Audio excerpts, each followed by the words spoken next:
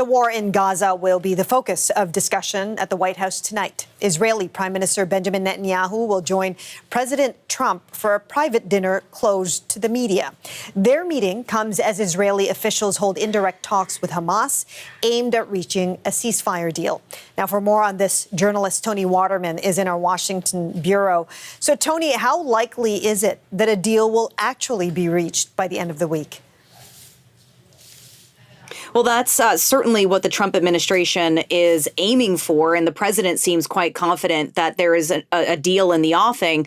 But these talks have been here before when a deal was very close, but it just didn't pan out. And there are a potential number of sticking points. Hamas really wants these strong guarantees that these talks and any ceasefire is going to lead to a permanent end to this war. And President Trump is reportedly giving his personal guarantee that that will happen. So that is an indication of just how much he wants to get this ceasefire deal over the finish line. But Israel and Prime Minister Netanyahu have their own demands, including wanting to eradicate Hamas from Gaza. The prime minister met with the U.S. Middle East envoy, Steve Witkoff, and the Secretary of State, Marco Rubio, earlier today to discuss these issues. And the White House says that Witkoff is actually going to be traveling to Doha later this week. That is where Israeli and Hamas officials are holding these indirect talks, just a few floors separating each of these delegations.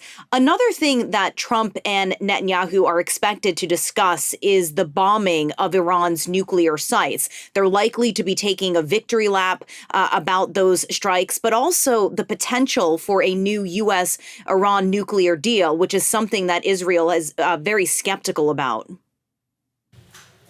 And Tony, as we've seen in the past, a ceasefire deal can be reached, but it gets very complicated soon after that.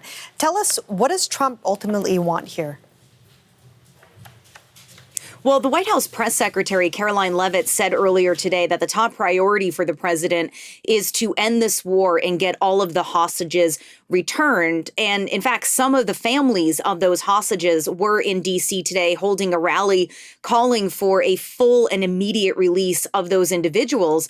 But brokering this peace deal for Trump is also about legacy building. He campaigned on being a peacemaker, vowing to end not just this war, but also the Ukraine war immediately. And it's proven a lot more difficult to do in real life. So this is about his legacy, but also he wants peace so that he can broker more deals between Israel and Middle East countries like Saudi Arabia, which has refused to engage in discussions until the war ends. And this would really build on the Abraham Accords from his first term in office, which normalized relationships between Israel and the UAE and Bahrain.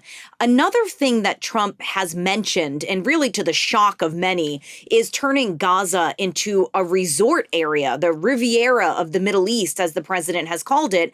And the Financial Times is now reporting that a think tank linked to the former Prime Minister of the UK, Tony Blair, has taken part in a project to kind of bring Trump's Riviera vision to life. All right, and we'll keep watching this story should President Trump or Prime Minister Netanyahu speak to media today. Thank you so much for that, Tony Waterman in Washington tonight.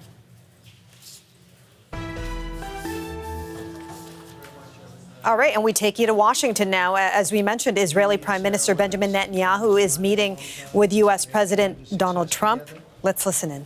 And I think it will only go on to be even greater success in the future. So it's really nice to have you at the White House. It's nothing like the White House, and it's great to have you both and all of your wonderful people, Ron. We've worked together for a long time, and we've done well together. We had a great time. I would say it's a lot of work, but we had a great result recently. And we're going to have a lot of great results. So it's great to have you. Thank you very much. Thank you. I want to express the appreciation and admiration, not only of all Israelis, but of the Jewish people and many, many admirers around the world for your leadership of the free world, your leadership of a just cause, and the pursuit of peace and security, which you are leading in many lands, but now especially in the Middle East. We have great opportunities. The President has an extraordinary team, and I think our teams together make an extraordinary combination to meet challenges and seize opportunities. But the president has already realized great opportunities. He forged the Abraham Accords. He's forging peace as we speak in one country and one region after the other. So I want to present to you, Mr. President, the letter I sent to the Nobel Prize Committee. It's nominating you for the Peace Prize, which is well-deserved, and you should get it. Thank you very much. This I didn't know. Wow. Thank you very much. Thank you. Coming from you in particular, this is very meaningful. Thank you very much, Bibi. Thank you. Thank you for everything you're doing. Thank you. It's a great honor. Thank you very much, everybody. Appreciate it. Mr. President, have you spoken with any of the families of the victims of Texas flood? And can you talk about what you would like to do when you travel there on Friday? Well, we're going to just make it as comfortable as possible for the state of Texas. They have a great governor. They have wonderful senators. They have wonderful representatives, and we're going to work together with them. And we have been working really very hard. This whole table has been working. That was a terrible event. You saw that, baby, where Texas was just absolutely so badly hurt by something that was a big surprise late in the evening. So we'll be working with the governor and all of the people of Texas. Mr. President, We'll be going on Friday. Mr. President, there was a security incident in northern Gaza today, right around the time that the Prime Minister was meeting with Secretary of State, Mr. Steve Witkoff. Does that, and a number of IDF soldiers reportedly have been injured, possibly killed, does that in any way put a wrinkle in ceasefire negotiations with Hamas? I don't think so. They want it. They want to meet and they want to have that ceasefire. So I don't think so. Steve, could you respond to this? You know about it? Well, I think it's terribly unfortunate. Terribly unfortunate. We were just talking about it, how tragic it is, but we have an opportunity to finally get a peace deal, Mr. Prime Minister, as we discussed, and I'm hopeful for it very quickly. Mr. President,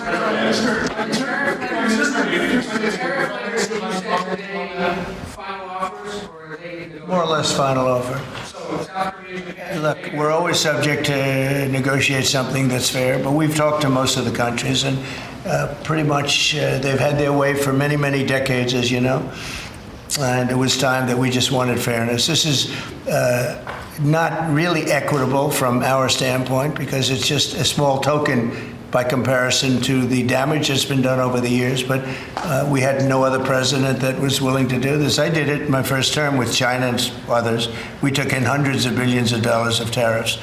No inflation, the most successful period of time that we've ever had financially in the country. The first term. I think this term is going to be much better, even much better than that. That was the best ever, and this is going to be, I think, substantially better. And we're on the way to doing that. We've already taken in over $100 billion worth of tariffs, and we haven't even started.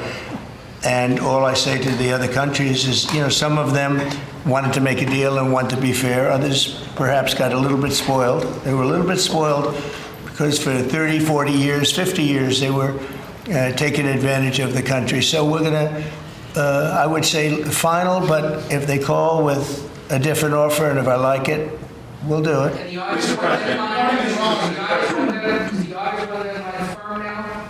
Is that it? I would say firm. No, I would say firm, but not 100% firm. If they call up and they say, would like to do something a different way, we're going to be open to that. But essentially, that's the way it is right now, yeah. Mr. President, is your Palestinian relocation plan still on the table? Is there a plan? Has there been any progress in finding countries to accept Maybe why don't I let you answer that question? Mr. President, Wait a minute, wait, he's got to answer the question. I think President Trump had a brilliant vision. It's called free choice. You know, if people want to stay, they can stay.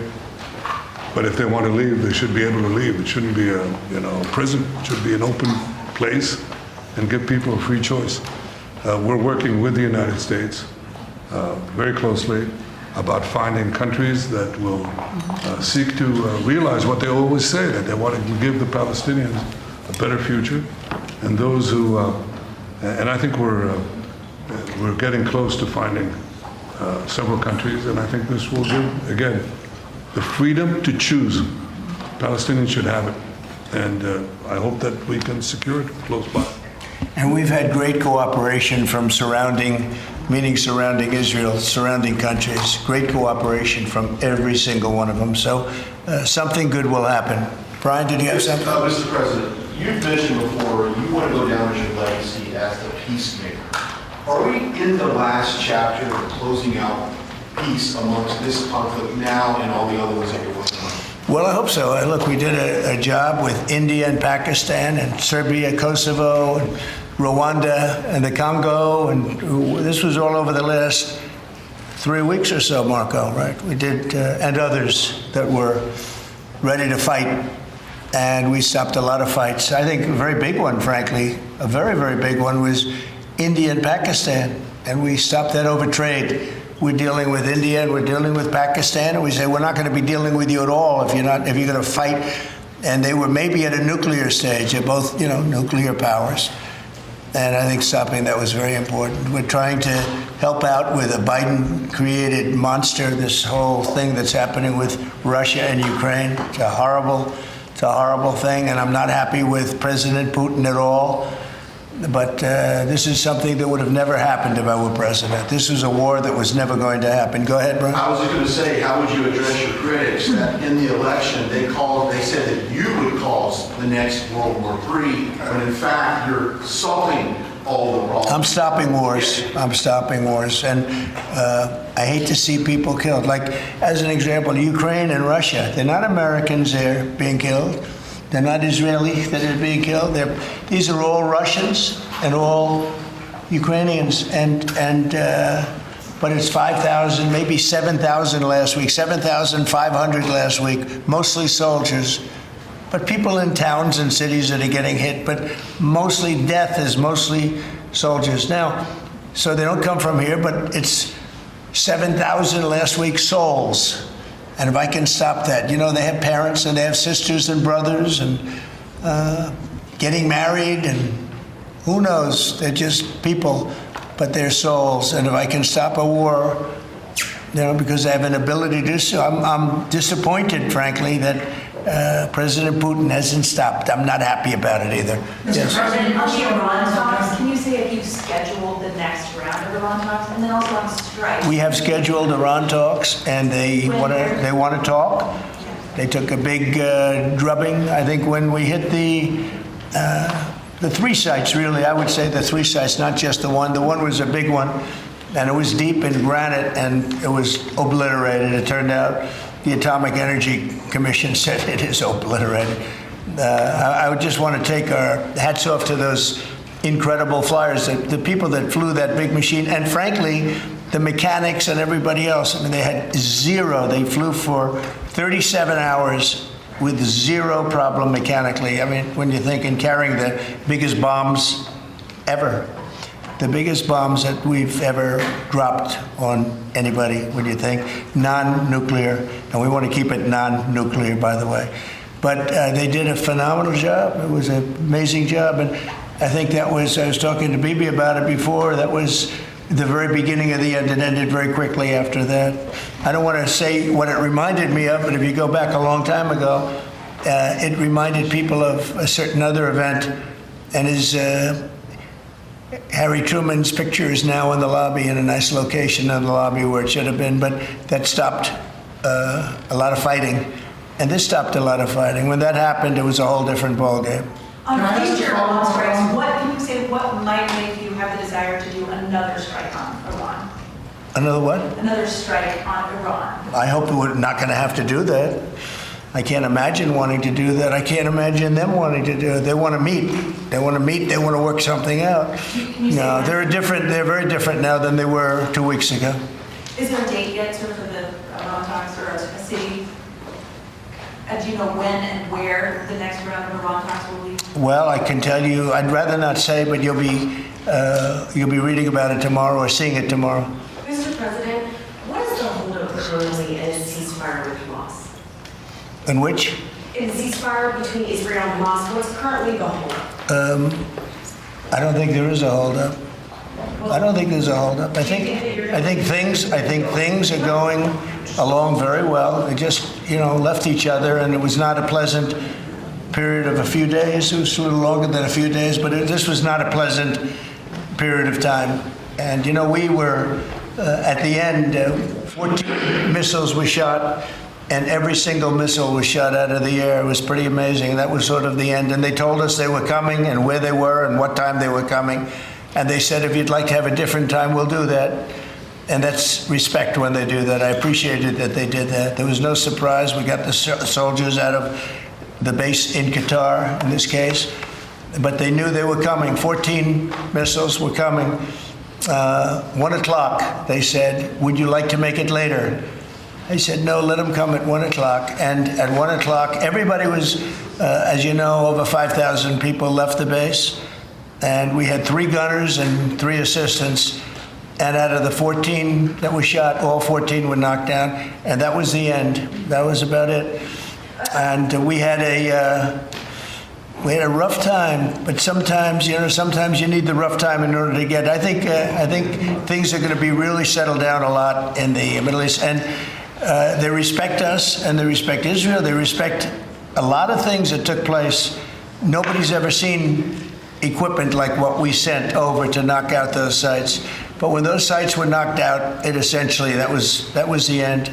Do you think that there can be a two-state solution that creates an independent? I don't know. I'd ask Bibi that question. You have the greatest man in the world to answer that age-old question, two-state. Go ahead. You give him your honest answer.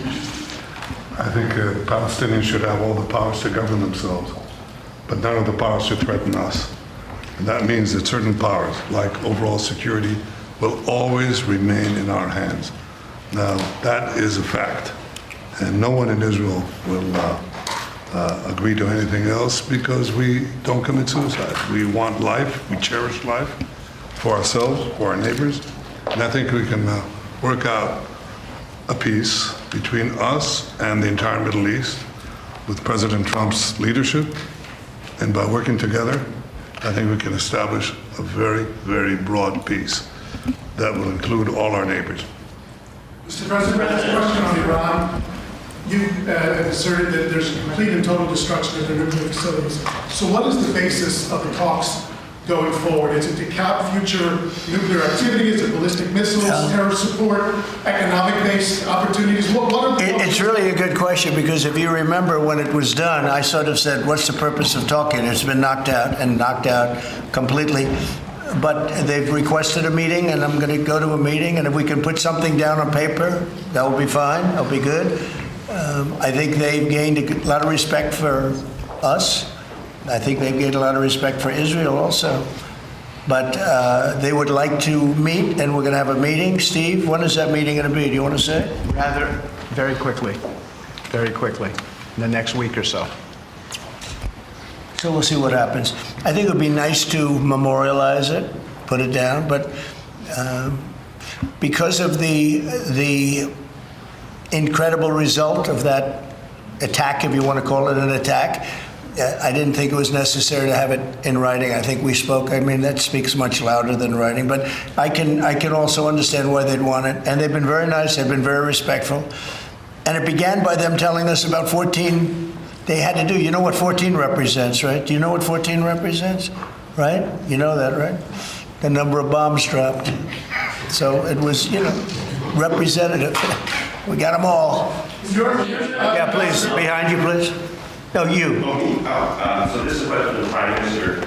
The likely next mayor of New York City is on the Democratic Socialist, the vocal critic of Israel and of yourself, and has said he would arrest you if you came to New York City if he was mayor. Is that something you take seriously, or are you concerned about that? Do you have a response to that?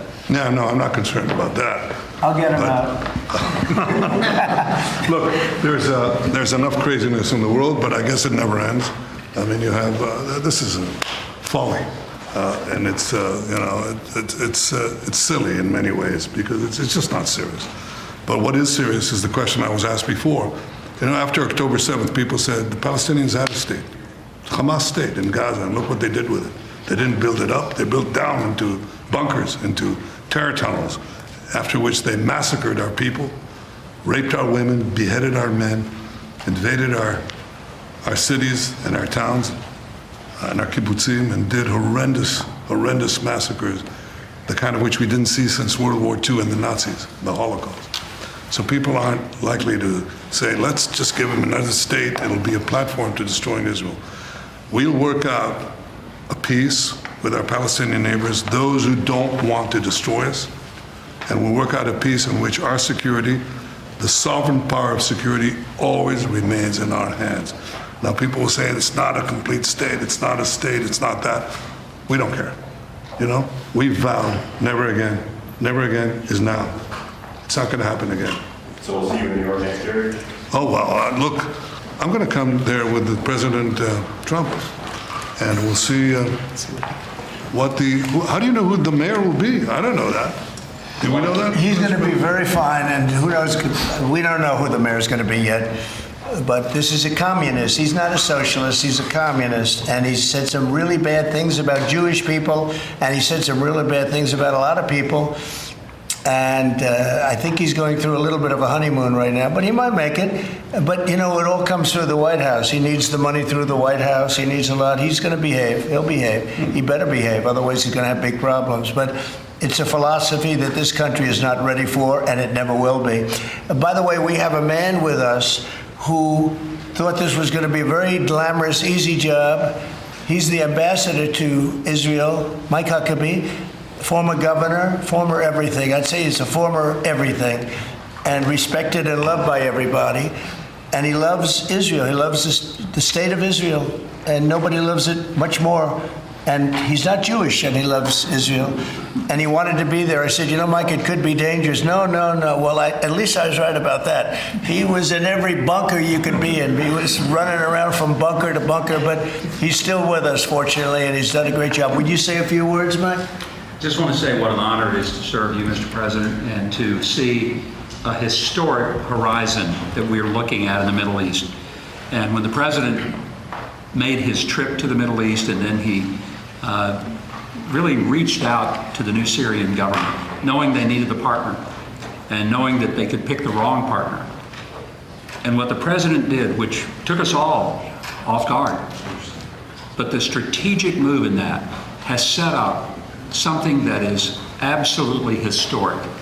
And Mr. President, I don't even think you fully comprehend the impact that you're having on the region in a way that is so remarkable. And it was your leadership, your foresight. You did that when the B-2s went in. The celebration, the sense of partnership that you gave with the Israeli people was so dramatic. But the message was bigger than to Israel. It was a message to the world. America's friends can trust us, but America's foes had better fear us. And that is a message that the President sent to everyone on the planet. And it is a message that will resonate toward a matter of peace, the likes of which I don't think we've ever seen. So thank you. Great job you're doing, too. Thank you. They love you over there. They respect him and they love him. You know, it's very, very interesting. We had the pilots here yesterday, as you know, and they were incredible. And we also had the mechanics. We had a lot of people here that had to do, a lot of people, I think about 170 people that had to do with that incredible journey, a journey that could have been horrible. You remember what happened with Jimmy Carter with the helicopters and all of the problems, and ultimately hostages.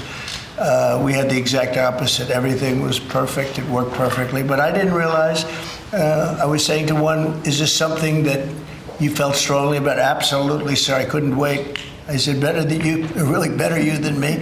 But they couldn't wait. He said, sir, we've been practicing for this mission for more than 20 years. From just after 2000, they've been thinking and practicing to go into that area. I guess you probably know that better than anybody, Pete. They've been looking at going in, but they never had a president that would allow them to do it. And perhaps right, perhaps wrong. I don't know if that's true or not, but I didn't realize they were preparing for that journey from just a little bit after 2000, the year 2000. And I was pretty amazed by that. They knew it. They knew every inch of it. And they came back and they said, we got it better than we ever did in practice. But they've been practicing for more than 20 years. Can you imagine? Yeah. On Ukraine, Mr. President, are you planning to send more weapons? We to are Ukraine? listening to President Trump at the White House, sitting across from Israeli Prime Minister Benjamin Netanyahu, holding one of those signature free-flowing Q&As with the media that's become really a signature of this president's administration the second time around. This would be the third visit to the White House for Israeli Prime Minister Benjamin Netanyahu. The focus is a potential ceasefire deal between Israel and Hamas, a deal that Hamas has submitted a positive response to. It would involve the release of remaining hostages in Gaza in exchange for Palestinians being held in Israeli prisons. Both leaders heaped great compliments on each other as they sat across that table with their respective teams. President Trump often referring to Prime Minister Netanyahu by his nickname Bibi, and Prime Minister Netanyahu saying that President Trump and I are an extraordinary team. And quite notable there, right at the beginning of that Q&A, Prime Minister Netanyahu presented President Trump with a letter from Israel to the Nobel Committee nominating President Trump for the Peace Prize. And this meeting, for the Peace Prize. This meeting happened following a private conversation between the two leaders in which media was not allowed in.